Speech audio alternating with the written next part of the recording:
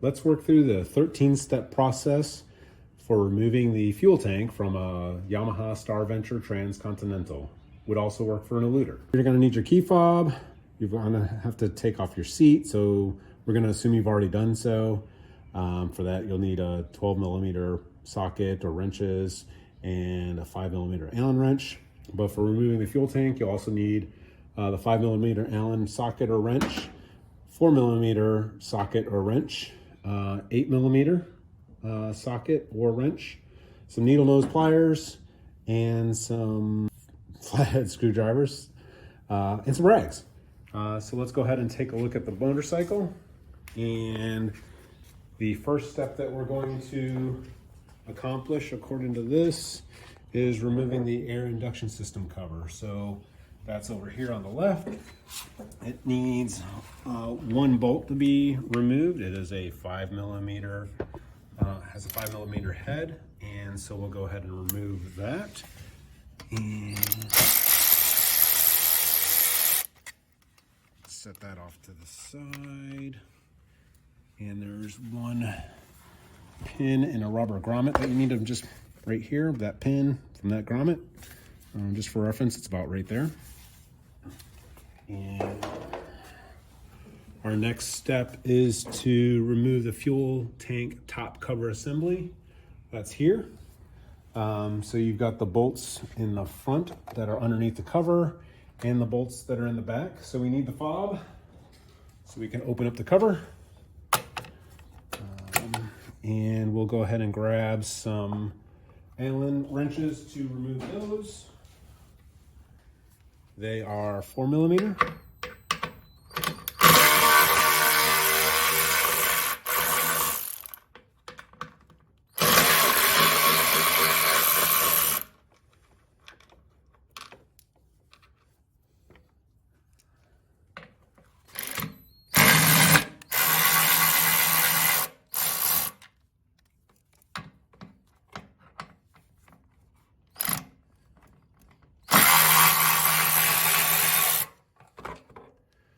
Remove the fuel cap as well. Set that up here.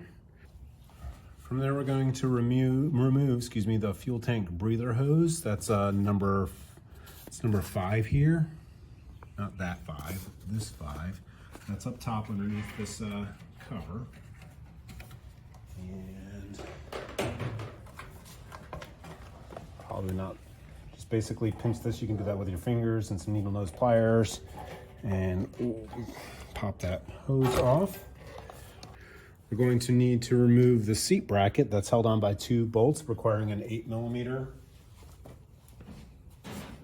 socket.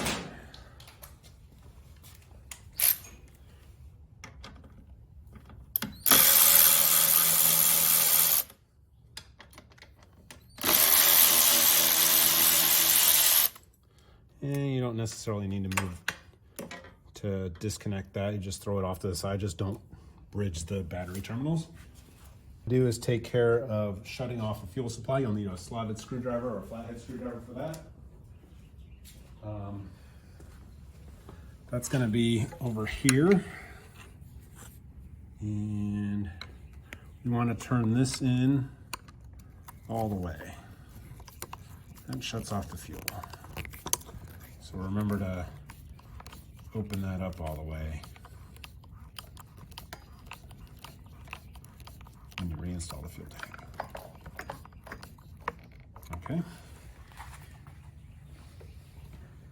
On one of those rags handy, because some fuel will spill out between where we shut it off here and this hose here. So we'll get some at the ready here. But we'll use some 90-degree angle needle nose pliers to grasp that hose clamp. And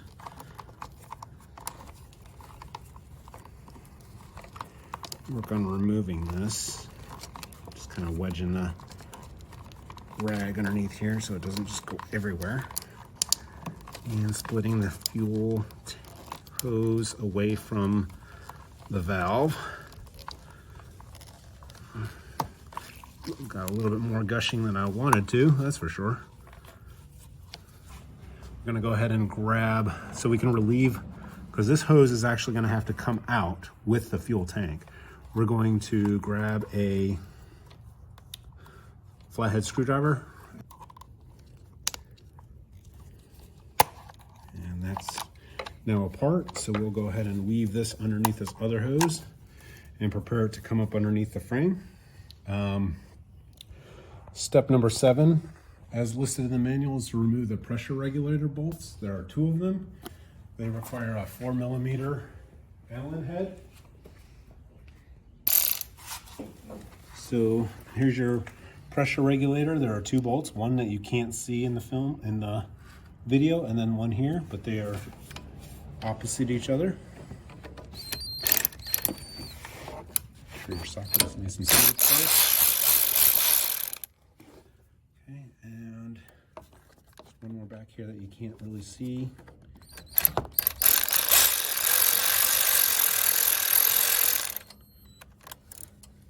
There's the other bolt. And so this can be separated. And in the manual, you'll see that there is a recommendation, so to speak, that you get a new O-ring. Again, there's another reason to have a rag, as some fuel has come out of the regulator side of this connection here. So again, this side here is going to come up with the tank. Let's go ahead and remove the fuel tank gauge coupler that's here. Just basically pull that forward and pull this. There's a little tab here. Pull that forward, and that'll help you disengage the clip that's holding that in. The fuel tank bolts, 2 of them here. Just a T-handle for the 5mm here.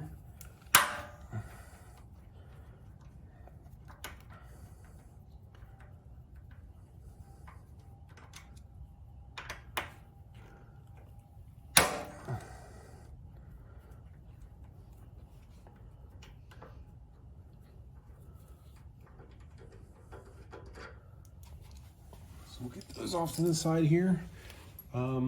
The second somewhat tricky process here is to remove the air vent hose on the underside of the fuel tank. So that's number 10, or step 10, listed here. You can see here it's on the left side underneath the tank, and there's a hose clamp here. So we'll grab our right angled needle nose up underneath, and it's best if we have a 2x4 to kind of lift up and hold here. But you can see this hose here goes to the subfuel tank. This hose here is the one that we actually want to remove from the tank. There is I'm not sure if you can see it in the video, there is a rubberized cover on that hose clamp that the manual wants you to replace, or recommends that you replaced. And we are going to remove this hose clamp. Similar one as the one that's on the actual fuel hose that goes to the subfuel tank.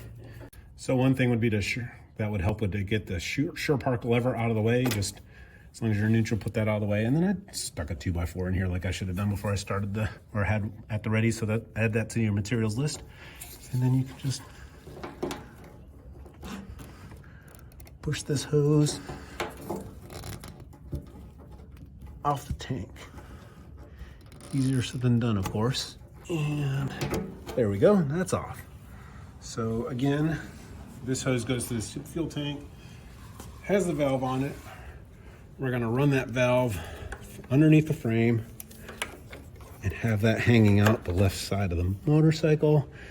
And then this fuel joint clamp, step number 11, that's this clamp that we already took out, and that's allowed us to get this valve through. That clamp. And so at this point, all we really need to do is remove the fuel tank. So I'm gonna get my fuel tank cap. and put that back on. That way, you don't have to worry about fuel coming out of your tank anymore while you're taking it off. And so again, side to side, load up, and is a clip holding this hose in place. Pretty simple to take off. And everything removed from the tank, just set it off to the side. And I want you to take a look at how easy it is. Obviously this spark plug is easy to get to. Same with this one. Direct shot in. Here's another spark plug. Straight shot in with a 18mm deep well socket.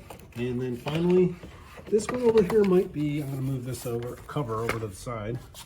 This one might be the most difficult. This is the one I think people have the most trouble with if they don't remove the entire fuel tank.